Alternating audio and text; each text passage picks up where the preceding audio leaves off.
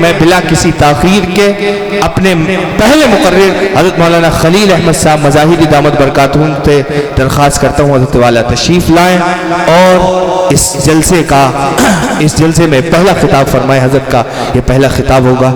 آپ حضرات سے گزارش ہے کہ دل جمعی کے ساتھ بیٹھیں اور حضرت کی نصیحتیں سماعت فرمائیں.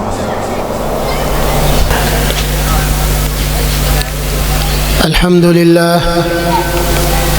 لله رب العالمين والصلاة والسلام على سيد الأنبياء والمرسلين سيدنا وسيد الأولين والآخرين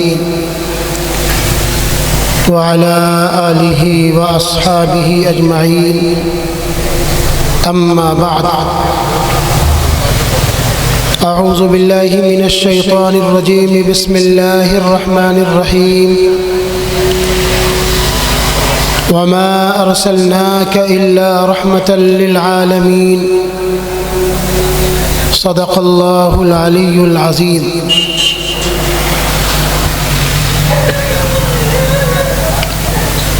چاند سورج ستارے زمیں آسماں، چاند سورج ستارے زمیں آسماں، حشر تک بھول سکتے نہیں یہ سما. جب اندھیروں کے پرہول طوفان سے ایک تنہا دیا برسرے جنگ تھا، پہلے پہلے تو ان سب کو آئی ہنسی، پھر تحیر ہوا دم بخود رہ گئے. دیکھتے دیکھتے فرش سے عرش تک نور ہی نور تھا، رنگ ہی رنگ تھا. اس طرف ایک شیشہ تھا نازک بدن، اپنے ماتھے پہ گرد یتیمی لیے. اس طرف ایک لشکر زرہ پوش تھا، ہر زرہ پوش کے ہاتھ میں سنگ تھا. پھر ہوا یوں کہ زرہوں کے ٹکڑے اڑے، سنگ شیشے سے ٹکرا کے شق ہو گئے. ماشاءاللہ، سنگ شیشے سے ٹکرا کے شق ہو گئے. آب و گل کو تعجب تھا یہ کیا ہوا، برق حیران تھی آسماں دنگ تھا. ایک درویش کے ساز توحید میں کیسی تاثیر تھی، کیسا آہنگ تھا. سبحان اللہ. جناب صدر، قابل عزت علماء کرام، بزرگوں، نوجوانوں، عزیزوں اور عزیز طلبہ، حضرت مولانا عبداللہ صاحب دامت برکاتہم نے مقامی علماء کو پابند کر دیا ہے، اور وقت نے بھی بہرحال مقامی علماء کو اس بات پر مجبور کر دیا ہے کہ وہ اپنی بات کو زیادہ دیر تک جاری نہ رکھیں، کیونکہ جو باہر سے آئے ہوئے مہمان ہیں ہمارے، وہ بہت اہم ہیں. ہمارے حضرت مولانا کوثر صاحب ندوی دامت برکاتہم اسٹیج پر تشریف لا چکے ہیں. ازہر ہند دارالعلوم دیوبند کے نائب محتمم حضرت مولانا مفتی راشد صاحب دامت برکاتہم، جن کا آپ کو تفصیلی بیان سننا ہے، وہ بھی تشریف لا چکے ہیں مدرسے میں. بہت جلد اسٹیج پر رونق افروز ہونے والے ہیں. مجھے نہیں لگتا کہ میں ان بزرگ ہستیوں کے درمیان اور آپ کے درمیان زیادہ دیر تک رہوں، اس لیے میں نے بالکل ہی اپنے ارادے کو بدل دیا ہے. اور نہیں، بالکل چونکے نہیں کہ میں اٹھنے ہی والا ہوں اس کرسی سے، ایسا نہیں ہے. کرسی سے آدمی جب بیٹھ جاتا ہے تو تھوڑا تو اس کا مزہ لیتا ہے. آپ یہ سوچ رہے ہو کہ میں بالکل جانے والا ہوں، نہیں، جانے والا نہیں ہوں. یہ اشعار میں نے پڑھے ہیں، انہی کی روشنی میں بس 10 سے 5 منٹ آپ سے گفتگو کروں گا. ان اشعار میں خلاصہ آپ نے سمجھا کہ ایک تنہا ذات نے دنیا کے نظام کو کس طرح سے بدل دیا. کیسا انقلاب برپا کیا، کیسی مخالفتوں کا سامنا کیا، لیکن اس کی بابرکت ذات سے اس دنیا کا نظام تبدیل ہو گیا۔ بلکہ آپ یہ دیکھیں گے کہ اس کی برکتوں کا اثر اس روئے زمین پر آنے سے پہلے ہی شروع ہو گیا۔ آپ نے قرآن پاک کے حوالے سے ایک عظیم واقعہ اصحاب فیل کا سورہ فیل میں پڑھا ہے۔ خانہ کعبہ کی حفاظت اللہ تعالیٰ نے ایک ظالم اور جابر سے کس طرح سے فرمائی۔ وہ واقعہ ایک تاریخ کا عظیم حصہ ہے، قرآن پاک میں اس کی وضاحت آئی ہے، اس کا بیان آیا ہے۔ اہل علم نے لکھا ہے کہ وہ واقعہ بھی اس روئے زمین پر جو ہوا وہ جناب محمد الرسول اللہ صلی اللہ علیہ وسلم کی برکت کا نتیجہ تھا، اس لیے کہ اسی سال آپ کی ولادت ہونے والی اور آپ ابھی اپنی ماں کے پیٹ میں ہیں کہ برکتوں کا ظہور، دنیا میں انقلاب کا ڈنکا اور انقلاب کی آواز گونجنے لگی ہے، اور اس طرح سے انقلاب کی شروعات ہو چکی ہے۔ ایک عظیم واقعہ رونما ہوا آپ کی ولادت سے پہلے، یہ آپ کی آمد کی برکت کا نتیجہ تھا۔ آپ دنیا میں تشریف لائے، ابھی نبوت کا اعلان نہیں ہوا ہے۔ 40 سال کی عمر کو جب آپ پہنچیں گے، جب نبوت کا اعلان ہوگا، لیکن اس کے پہلے دنیا میں انقلاب برپا ہونا شروع ہو گیا ہے۔ ایک واقعہ سنیے، اس سے آپ کو اندازہ ہوگا کہ کس طرح سے لوگوں کے ذہن تبدیل ہونے شروع ہوئے۔ دنیا میں ظلم اور جور کا جو بازار گرم تھا، کسی کی جیب محفوظ نہیں تھی، کسی کا گھر محفوظ نہیں تھا، کسی کی عفت محفوظ نہیں تھی، کسی کی جان محفوظ نہیں تھی، کون سی چیز ہے جو نہیں ہو رہی تھی۔ مکے میں ایک تاجر آیا ہے، اس کی تجارت کا مال عاص بن وائل نے پورا کا پورا خرید لیا ہے، اور اس کی قیمت دینے میں آناکانی کر رہا ہے، ٹہلا رہا ہے۔ وہ مظلوم انسان جب پریشان ہو گیا اور اس کو کوئی چیز نظر نہیں آئی، تو جبل ابو قبیس پر چڑھ کر کے ایک آواز لگاتا ہے کہ لوگوں، میں ایک مسافر اور مظلوم ہوں، میرا سرمایہ اور میرا مال مکے میں لوٹ لیا گیا ہے، تم مکے کے رہنے والے ہو، حرم کے رہنے والے ہو، کیا تم مسافروں کو اسی طرح سے لوٹ لیتے؟ میں ایک ایسا انسان ہوں کہ یہاں میرا کوئی نہیں ہے۔ ایک ایسے انداز میں اس نے آواز لگائی کہ حرم کے صحن میں بیٹھے ہوئے مکے کے سرداروں کے کان میں جب یہ آواز پڑی تو بلبلا اٹھے کہ کوئی مظلوم ہے جو آواز لگا رہا ہے۔ ایسا نہیں ہے، اس طرح نہ معلوم کتنے لوگوں نے آج سے پہلے آواز لگائی ہوگی، لیکن کبھی کسی کے دل میں اس طرح کی آواز پر کوئی رحم کا جذبہ نمودار نہیں ہوا اور رحم پیدا نہیں ہوا۔ لیکن آج لوگ بے چین ہو گئے، اس کی طرف دوڑے، کیا ہوا تمہارے ساتھ، کس نے ظلم کر دیا؟ معلوم یہ ہوا کہ عاص بن وائل جو مکے کا سردار ہے، اس نے اس آنے والے مظلوم سے اس کا مال خرید لیا ہے، لیکن قیمت دینے میں آناکانی کر رہا ہے اور قیمت نہیں دے رہا ہے۔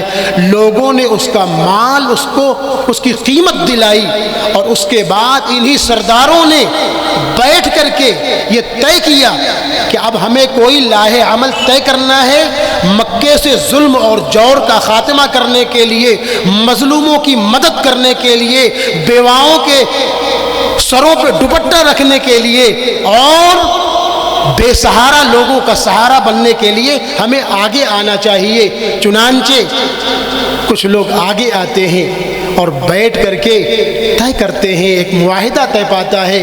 اس معاہدے میں جناب محمد الرسول اللہ صلی اللہ علیہ وسلم بھی شریک ہیں۔ آپ کی عمر اس وقت صرف 20 سال ہے۔ وہ معاہدہ طے پا جاتا ہے جس میں مظلوموں کی مدد کرنے کا معاہدہ ہوتا ہے، مکے سے ظلم اور جور کو ختم کرنے کا معاہدہ ہوتا ہے، مکے میں ظالم کو نہ رہنے دینے کا معاہدہ ہوتا ہے، غریبوں اور محتاجوں کی مدد کرنے کا معاہدہ ہوتا ہے۔ اس معاہدے کا نام کیا رکھا جائے؟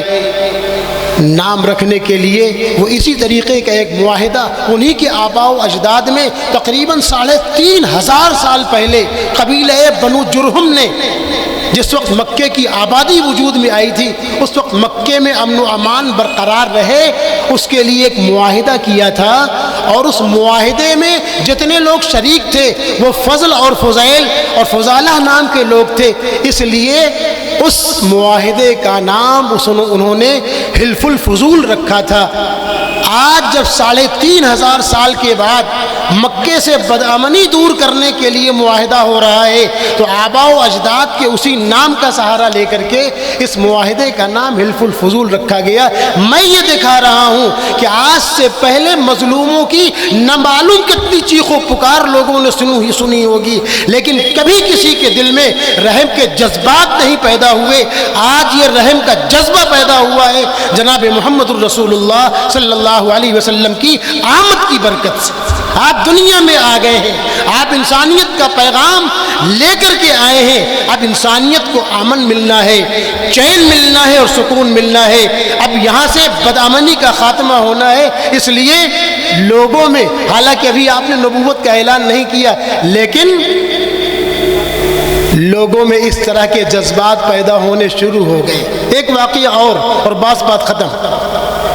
سن 9 ہجری جناب محمد الرسول اللہ صلی اللہ علیہ وسلم جب مکہ فتح کر چکے تھے، مکے کے اطراف کے قبائل اس انتظار میں بیٹھے تھے کہ مکہ فتح ہو جائے تو ہمیں یقین ہو جائے کہ محمد الرسول اللہ حق پر ہیں، پھر ہم ان کے ہاتھ پر بیعت کر لیں گے۔ مکہ جب فتح ہو گیا، قبائل کو اطمینان ہو گیا، اور اب آپ کی خدمت میں جوق در جوق قبائل آ رہے ہیں اور آپ سے بیعت کر رہے ہیں، آپ پر ایمان لا رہے ہیں۔ وہ بھی آ رہے ہیں جو آپ پر ایمان تو نہیں لا رہے، لیکن آپ سے معاہدہ اور صلح کر کے واپس جا رہے ہیں اور آپ کے چھتر چھایا رہنے پر آمادہ ہو رہے ہیں۔ قبیلہ بنو تمیم کا ایک وفد آیا ہوا ہے۔ سورہ حجرات میں اس وفد کے آنے کا تذکرہ ہے۔ یہ وفد آیا ہے، رسول اللہ صلی اللہ علیہ وسلم سے ملاقات ہوئی ہے، آنے والے ایمان لائے ہیں۔ اسی آنے والے وفد میں ایک سنجیدہ اور انسانیت پر بے پناہ رحم کے جذبات رکھنے والا شخص صعصع بن ناجیہ کر کے ایک شخص بھی ہے۔ آپ نے فرزدق شاعر کا نام سنا ہوگا۔ فرزدق شاعر کے یہ دادا ہیں۔ حضور پر ایمان لائے، ایمان لانے کے بعد حضور سے پوچھا، اللہ کے رسول، زمانہ جاہلیت میں نے کچھ اچھے کام کیے ہیں، کیا مجھے ان کا اجر ملے گا؟ حضور علیہ الصلوۃ والسلام نے فرمایا، کیا کیا ہے بتاؤ؟ انہوں نے فرمایا، اللہ کے رسول، ایک موقع پر میری 2 حاملہ اونٹنیاں گم ہو گئی تھیں۔ میں ان حاملہ اونٹنیوں کو تلاش کرتے کرتے کافی دور نکل گیا، ایک بیابان جنگل میں پہنچا، وہاں دیکھا کہ ایک گھر ہے اور باہر کوئی بوڑھا شخص بیٹھے تھے، آگ تاپ رہا ہے، سردی کا موسم تھا۔ میں بھی اسی کے پاس جا کر کے بیٹھ گیا، آگ تاپنے لگا۔ اس بوڑھے شخص سے سلام دعا کے بعد گفتگو شروع ہوئی تو اس نے پوچھا کہ تم یہاں کیوں آئے ہو، کیا مقصد ہے؟ تو میں نے اپنی آمد کا مقصد بتایا کہ میری 2 اونٹنیاں گم ہو گئی ہیں، میں ان کی تلاش میں نکلا ہوں، اگر آپ نے دیکھا ہو تو بتا دیجئے۔ تو اس بوڑھے شخص نے کہا کہ وہ 2 اونٹنیاں ہمارے پاس بندھی ہوئی ہیں، اگر وہ تمہاری ہیں تو دیکھ لو، اگر تمہاری ہیں تو لے جاؤ۔ وہ ادھر بھٹک کر کے آ گئی تھی، ہم نے سوچا اور آگے نہ نکل جائے، اس لیے ہم نے ان کو باندھ لیا ہے، اور انہوں نے آنے کے بعد بچہ بھی جنا ہے، ہم نے ان کی خدمت کی ہے اور وہ بندھی ہوئی ہے، جا کے دیکھ لو۔ دیکھا تو ان کی اونٹنیاں تھی، بندھی ہوئی تھی۔ خیر اطمینان ہو گیا کہ اونٹنیاں مل گئی۔ وہ آ کر کے پھر اس بوڑھے کے پاس بیٹھ گئے۔ گھر کے اندر سے ایک آواز آئی،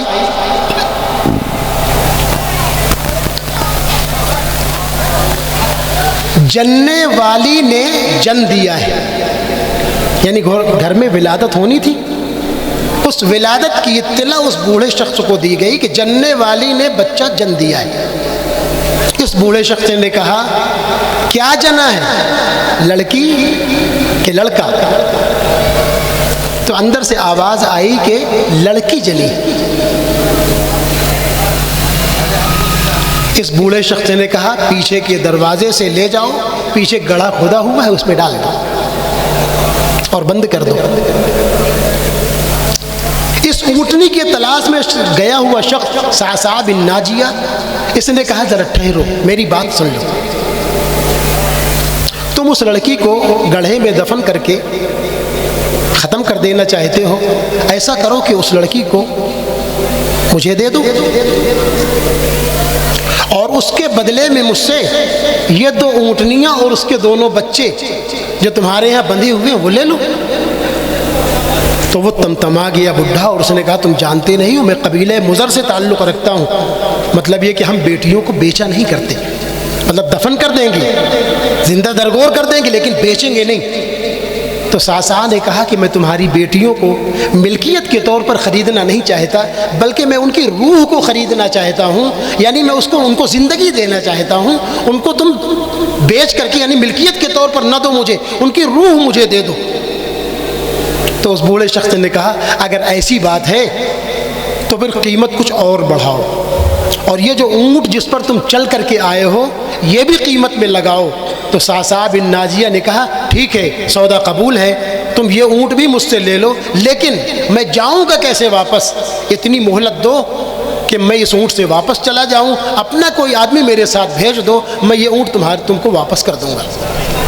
معاملہ طے ہو گیا، بچی کو انہوں لے لیا اور لے کر کے وہ چلے گئے، بچی کو پالا، بڑی ہوئی،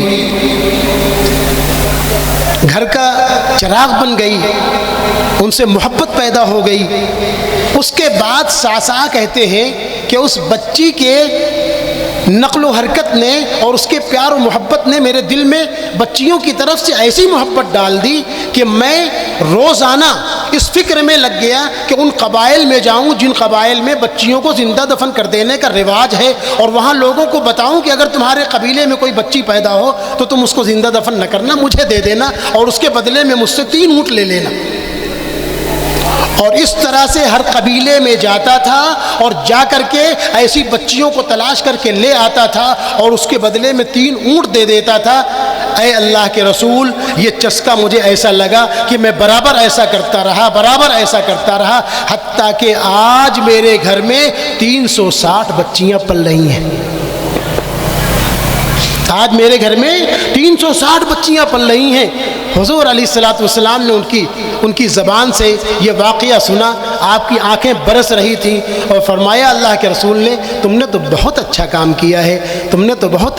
کیا ہے، تم پوچھ رہے ہو کہ اس کام میں مجھے اجر ملے گا کہ نہیں ملے گا؟ لکا اجرہ اذ من اللہ علیک بالاسلام، ارے تم کو ایک نقد اجر مل گیا، تمہارا یہ کارنامہ اور تمہارا یہ عمل اللہ کو اتنا پسند آیا کہ ایک نقد انعام تم کو اس کارنامے کی وجہ سے اللہ تعالیٰ نے دنیا میں دے دیا کہ تم کو اسلام کی دولت سے مالا مال کر دیا۔ یہ تو نقد سودا ہے،